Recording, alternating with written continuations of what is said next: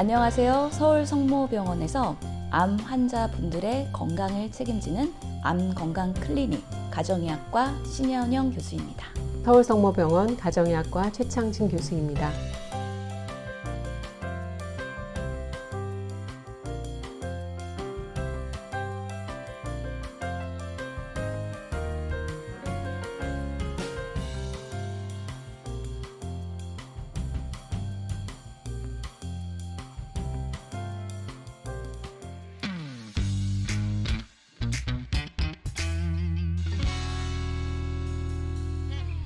암 치료 관련돼서 수술하거나 항암 치료하거나 방사선 치료할 경우에는 그 치료 관련되는 통증이 유발되는 경우가 한 25% 정도 되고요. 암 치료 또는 암 자체와 관련 없이 한 10%는 그냥 일반적으로 통증을 경험할 수가 있습니다.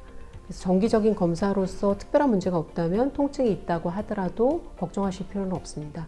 대신에 어떤 통증을 참을 필요는 없습니다. 적극적으로 통증 자체를 치료하는 것이 좋습니다.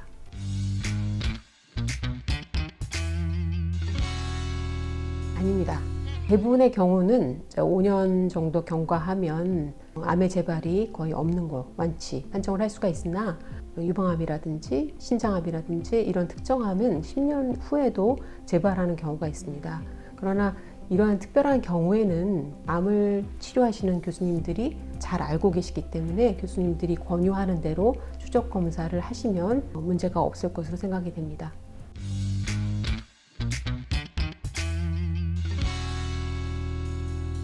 우리나라 성인의 사망 원인을 보면 압도적으로 암이 많습니다. 그 다음이 심장병, 네 번째가 이제 뇌혈관 질환이거든요. 심혈관 질환이라고 하죠. 심장, 뇌혈관 질환 이 계통은 일반 건강한 사람에 비해서는 암 종류에 따라서 약간 위험성이 높다고 돼 있어요.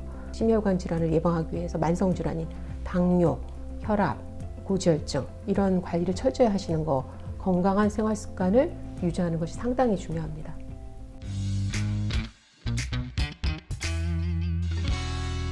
X입니다. 암 치료 후에도 재발에 대한 두려움을 가지는 경우가 많고요. 그 다음에 암을 추적 관리하는 과정도 좀 힘이 들고 또 암 치료 과정에서 신체적 또는 정신적인 그런 어떤 영향도 받았을 거고 또 사회로 다시 복귀해야 되는 그런 부담감도 있고 또 여러 가지 심리적인 문제에 당면을 하게 됩니다.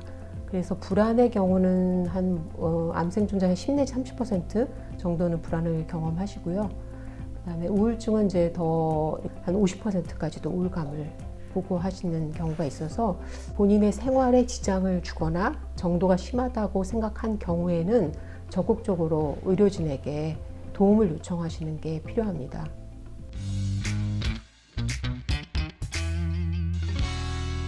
진실입니다.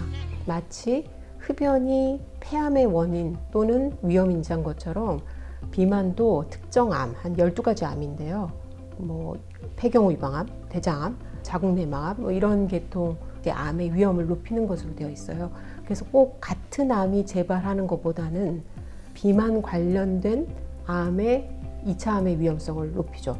그래서 비만은 대부분의 2차 암의 위험을 한 30% 높인다고 되어 있고요. 비만 관련된 2차 암은 한 80%까지 높인다고 되어 있어요.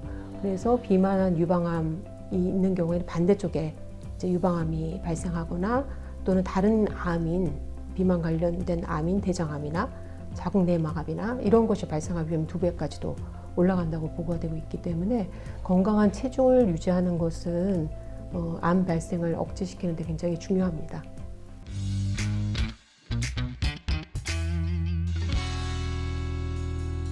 반 이상은 맞는 이야기입니다. 고혈당으로 인해 당뇨와 같은 질환이 발생하면 암 유발을 가속화시킬 수 있습니다. 적절한 혈당 조절이 중요한 이유이죠. 고혈당, 저혈당 모두 우리 몸에는 스트레스로 작용하기 때문에 항상성을 유지할 수 있는 범위 내에서의 탄수화물 섭취를 조절하는 게 중요합니다.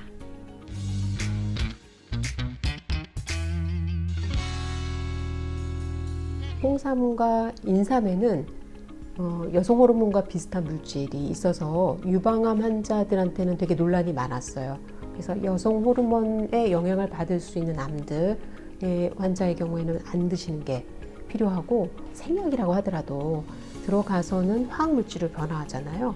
그래서 다른 중요한 어떤 약물을 복용하고 있다면 그 약물의 효과에 변동을 줄 수는 있어요. 주치의 선생님과 상의하셔서 복용 여부를 결정하셔야 합니다.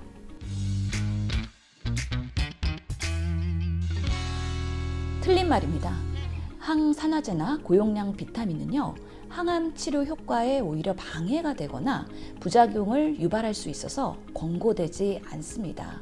실제로 항산화제나 고용량 비타민이 활성산소로부터 세포를 보호하기 때문에 세포 손상을 줄이고 일부 면역력 강화를 통해서 암세포와 싸우는데 긍정적이라는 기대가 있긴 한데요. 일부의 보고된 연구 결과에 의하면 암 치료와 병행 시에는 오히려 항암제의 효과를 감소시키거나 아니면 항산화제의 종류에 따라서 암세포의 성장을 촉진할 수 있다고 되어 있기 때문에 의사들은 권고하지 않습니다.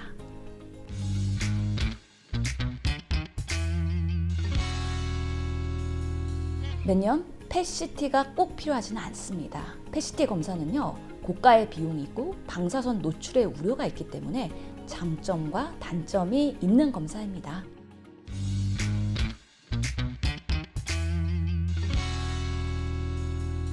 암을 경험했다고 해서 무조건 임신을 포기해야 되는 것은 아니죠. 환자의 상황, 그리고 암 종에 따라서 자연 임신이나 인공 수정, 그리고 시험관 시술을 받을 수도 있습니다. 그렇기 때문에 임신을 계획하시는 환자분들이라면 남녀 모두 암 진단과 치료 계획, 그리고 이후 회복 과정에서부터 아주 초기에 산부인과 전문의, 비뇨기과 전문의와 동시에 상의하면서 치료 계획을 세우시는 것이 중요합니다.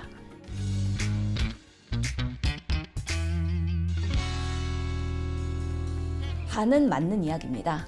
암 생존자의 면역 상태에 따라서요, 특별한 문제가 없는 경우에는 일반 성인처럼 그대로 치료를 받으실 수 있고요, 예방접종이 가능합니다. 다만 면역력 상태가 떨어지면 염증 반응이나 출혈이 발생할 수 있기 때문에 암 경험자라면 본인의 컨디션 상태에 따라서 적당한 치료 시기를 주치의와 상의하시는 것이 좋습니다. 암 건강 클리닉의 담당 주치의를 한번 만들어 보세요.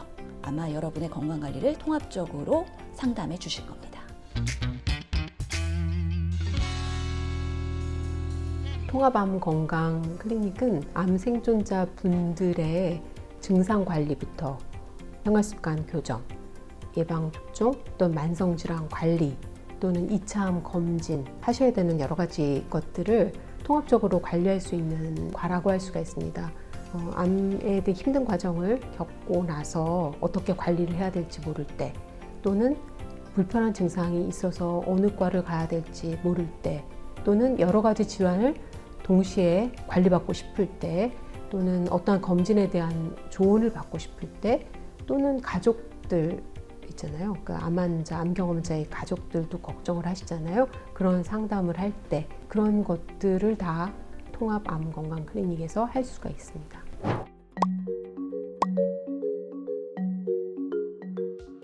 힘든 암 치료 과정을 잘 견뎌내시고 이겨내신 암 생존자 여러분들과 가족분들을 응원합니다.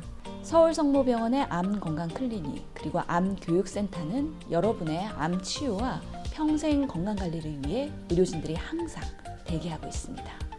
치유와 영성의 마음으로 따뜻한 의료진들이 여러분들의 건강에 대한 궁금증을 세심하게 해결해 드리겠습니다. 여러 가지 어려움들이 있으실 때 저희 과를 기억해 주시고 찾아오시면 많은 도움을 드릴 수 있을 것 같습니다. 여러분의 건강 지킴을 위해서 함께 하겠습니다.